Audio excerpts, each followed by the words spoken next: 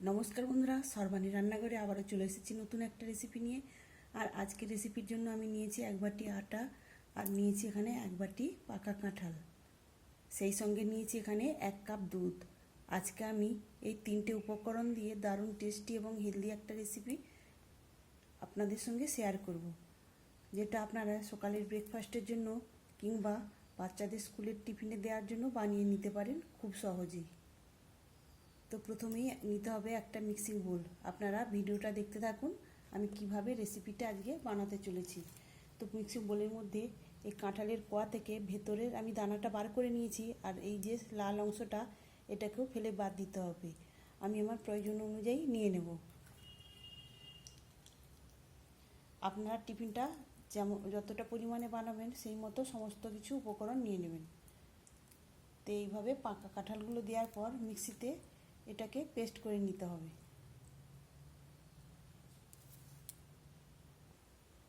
তো এখানে আমি আমার প্রয়োজন অনুযায়ী পাকা কাঁঠাল দিয়ে দিয়েছি মিক্সিং জারের মধ্যে। এখন এটাকে আমি মিহি পেস্ট করে নেব। তো দেখুন বন্ধুরা, আমি এই পাকা কাঁঠালটাকে এইভাবে মিহি পেস্ট করে নিয়েছি।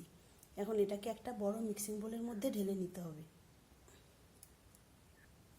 এখানে পেস্ট করে নেওয়া কাঁঠালটা আমি এইভাবে একটা মিক্সিং বোলের মধ্যে ঢেলে নিয়েছি। এখন আমি এর মধ্যে দিয়ে দেব 2 চামচ চিনি। যেহেতু এখানে কাঁঠাল মিষ্টি, তাই আমি এখানে 2 চামচ চিনি দিয়েছি। তবে আপনারা যেমন মিষ্টি খেতে পছন্দ করবেন সেই মতো চিনিটা বুঝে দেবেন। আর দিলাম স্বাদ অনুযায়ী লবণ। আমি এখানে 1 কাপ দুধ নিয়েছিলাম। এই 1 কাপ দুধ থেকে আমি হাফ কাপ দুধ মিক্সিং জারের মধ্যে ঢেলে নিয়েছি। এটাকে ভালো করে পরিষ্কার করে ধুয়ে আমি এই বাটির মধ্যে দিয়ে দিলাম। এখনই কাঁঠালের পেস্টের সঙ্গে চিনি, লবণ আর এই দুধটাকে খুব সুন্দর করে মিশিয়ে নিতে হবে। মিক্সড করে নেওয়ার পর এখন এর মধ্যে দিয়ে দেবো 1 টেবিল চামচ রিফাইন্ড তেল। এখন আমি একটা হ্যান্ড উইস্ক নিয়েছি। এই হ্যান্ড উইস্কের সাহায্যে সব কিছু উপকরণ ভালো করে মিশিয়ে নেব। আপনারা চাইলে চামচ দিয়েও করে নিতে পারেন। তো এখানে রিফাইন্ড তেল দেওয়ার পর খুব সুন্দর করে মিশিয়ে নিয়েছি। এখনই বাকি যে অর্ধেক দুধ ছিল সেই দুধটা এখন এর মধ্যে দিয়ে দেবো। দিয়ে খুব সুন্দর করে আমি মিশিয়ে নেব। দুধের সঙ্গে সুন্দর করে মিশিয়ে নেওয়ার পর আমি যে 1 বাটি আটা নিয়েছিলাম, প্রথমে হাফ বাটি আটা আমি দিয়ে দেব। দিয়ে খুব ভালো করে মিশিয়ে নেব। তো এখানে অনেকটাই পাতলা দেখাচ্ছে, তো আবারও একটু আমি আটা এর মধ্যে ঢেলে দেব। এইভাবেই আমি অল্প অল্প করে আটা দেব আর মেশাতে থাকবো। এখানে দেখুন আমি বাকি অর্ধেক আটাটা দিয়ে এর মধ্যে দিয়ে দিয়েছি।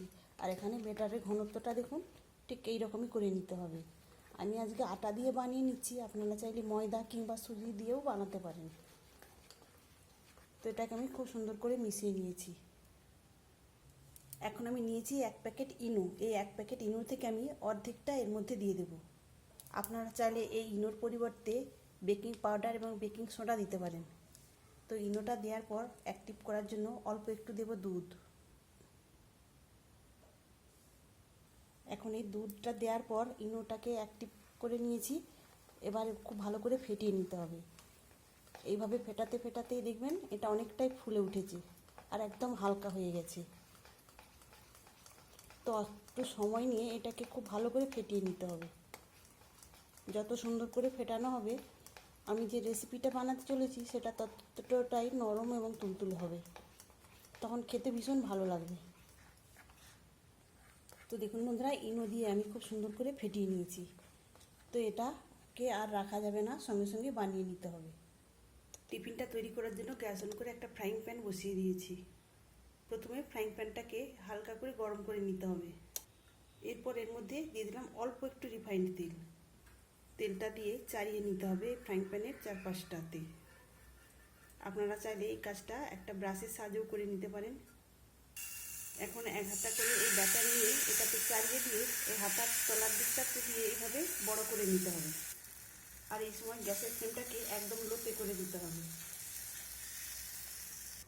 এখন ঢেকে দিয়ে 1 মিনিট রেখে দেবো। 1 মিনিট পরে ঢাকা চাপাটা খুলে নিয়েছি। এখন আমি এটাকে উল্টে দেব। আর দেখুন বন্ধুরা, এটা খুব সহজেই কিন্তু উল্টানো হয়ে যাবে। তাহলে বন্ধুরা, আজকের রেসিপি আপনাদের ভালো লাগলে অবশ্যই একটা লাইক দেবেন। সেই সঙ্গে যদি নতুন বন্ধুরা এসে থাকেন অবশ্যই আমার চ্যানেলটিকে সাবস্ক্রাইব করে আমার পাশে থাকার অনুরোধ রইল। তো এইভাবে আমি আবারও কিছুক্ষণ রেখে এইভাবে চেপে চেপে নিচের সাইডটাতেও ভেজে নেব। আর এগুলো খেতে যে কী দারুণ টেস্টি হবে আপনারা বানিয়ে না খেলে বুঝতেই পারবেন না। তো এই সময় পাকা কাঁঠালের সিজনে আপনারা একবার অবশ্যই এইভাবে বানিয়ে দেখবেন।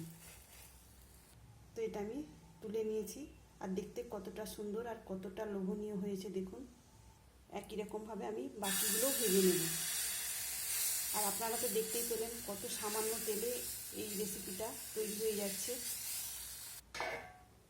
তো একই রকমভাবে আমি সবগুলোই বানিয়ে নিয়েছি, আর এগুলো এতটাই নরম তুলতুলে হয়েছে আর খেতেও দারুণ টেস্টি হয়েছে। আপনারা দেখুন, আমি হাত দিয়ে দেখে দিয়েছি কতটা নরম তুলতুলে হয়েছে।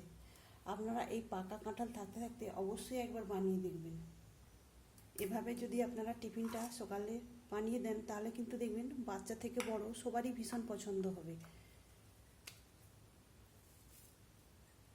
যারা পাকা কাঁঠাল খেতে পছন্দ করে না তাদের যদি এইভাবে রেসিপিটা বানিয়ে দেন তারাও কিন্তু আর অপছন্দ করবে না। এখানে আমি সবকটাই বানিয়ে নিয়েছি। এগুলো খাওয়ার জন্য অন্য কিছুই লাগবে না, এমনি এমনি খাওয়া হয়ে যাবে। তাহলে বন্ধুরা আজকের মতো আসি, সবাই ভালো থাকবেন, সুস্থ থাকবেন, ধন্যবাদ।